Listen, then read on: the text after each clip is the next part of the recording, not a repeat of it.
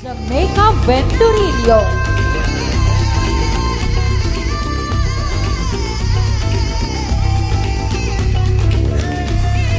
Miss Cagayancillo is wearing a Michael Marzan ensemble.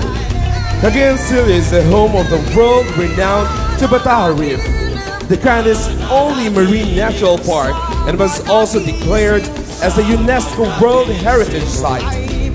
Her Filipiniana was created with a pristine white beaches, crystal clear waters, and abundant marine life in mind.